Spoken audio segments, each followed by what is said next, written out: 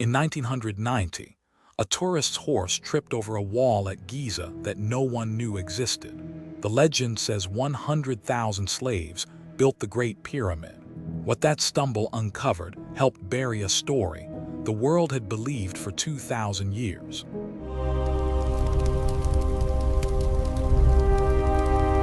Welcome back to the Ember Tales, where we hold the world's oldest legends up to the light of real evidence.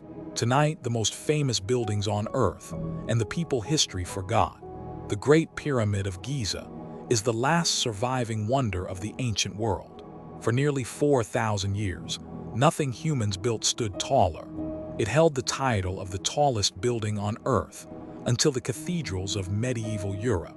It rose about 4,500 years ago for a pharaoh named Khufu. More than 2 million blocks of stone, averaging over 2 tons each. Historians estimate the work took around 20 years, at the height of Egypt's Old Kingdom. And almost from the beginning, people have asked the same question.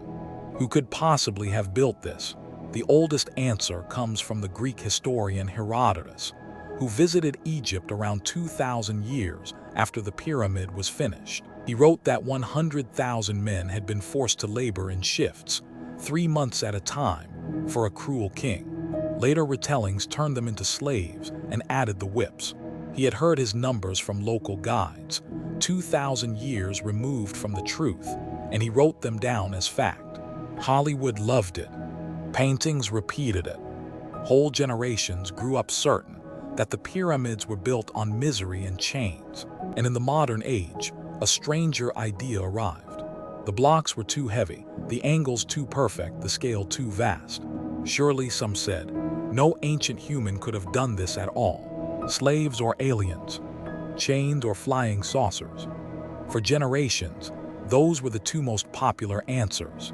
The desert was holding a third answer all along, and it is better than both. First, consider the sheer task. 2.3 million blocks in roughly 20 years. That means a block cut, hauled, and set in place every few minutes of every working day. Whips and terror cannot run a machine like that. Starving prisoners do not place 2-ton stones with the precision of a watchmaker. Big projects need well-fed, skilled, organized people. So who fed them? Who organized them? Who were they? The first crack in the slave story came from the stones themselves, deep inside the Great Pyramid. In cramped chambers no visitor was ever meant to see, early explorers found painted marks on the stone. They were the names of work gangs, written by the builders. One gang here called itself the Friends of Khufu. On the temple stones of the third pyramid nearby, another crew signed as the Drunkards of Menkaure. Slaves do not name their teams. Slaves do not leave proud graffiti above their king's burial chamber. These marks feel like the locker room of a construction crew. Then, in 1990, came the discovery that changed everything. A tourist's horse stumbled on a buried mud brick wall south of the pyramids. Archaeologists began to dig. The wall was a worker's tomb, the first of hundreds. And close by, excavators were uncovering something even bigger. A neighborhood, an entire lost city. Dormitories that slept close to 2,000 workers. Streets, granaries, breweries, and bakeries with bread molds still stacked inside. They came to call it the Lost City of the Pyramid Builders. The city could house and feed thousands of workers at a time, rotating in shifts from villages across Egypt. A national project, staffed by ordinary Egyptians. And then the bones started talking. The rubbish heaps of the workers' city were full of cattle, sheep, and goat bones. Enough, by some estimates, to serve meat to several thousand people every single day. Prime beef is not slave food. In ancient Egypt, it was a luxury. These workers were being fed like valued professionals, with bread, beer, fish, and meat. Many of the cattle were choice young animals, driven in from estates across the whole country. The workers' skeletons tell the same story. The work was brutal, the spines worn, the muscles strained. But the bones also show something remarkable. Medical care. Broken arms set straight and fully healed. even an amputation that the worker survived by years. Someone was paying doctors to put these men back together, and someone kept feeding the injured while they could not work. And when the work killed them, as hard work sometimes did, they were not thrown into pits. They were buried with honor in tombs, in the shadow of the pyramid itself. The builder's cemetery holds hundreds of graves, some with little pyramids of their own, supplied with bread and beer for the afterlife. Their titles are carved at the door: overseer, craftsman, director of workers. No civilization buries its slaves beside its god king. These were people the state was proud of. Still, a doubter could ask, tombs and bakeries prove workers lived there. Can we prove what they were paid, who sent them, how it was run? For that, history saved its best witness for last.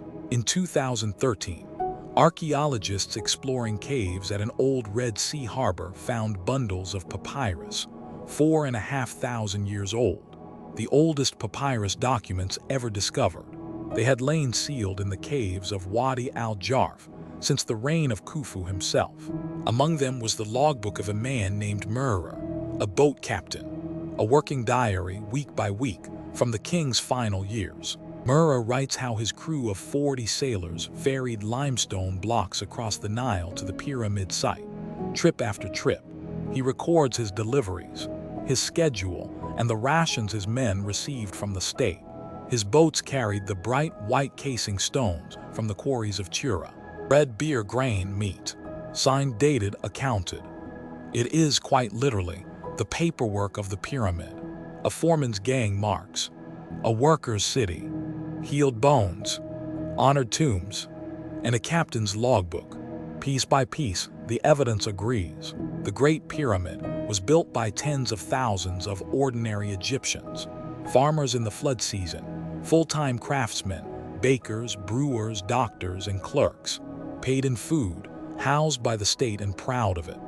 Modern estimates put the workforce at around 20,000 people at any one time. How exactly they raised the highest blocks is still debated. Straight ramps, spiral ramps, levers, or some combination. Real mysteries remain. The question of who built it has been answered by the builders themselves. They signed their work. They were buried beside it. They left us their lunches and their paperwork. As for the aliens, visitors from the stars do not need bakeries. They do not heal broken arms, draw beer rations, or carve the title overseer of works above a grave.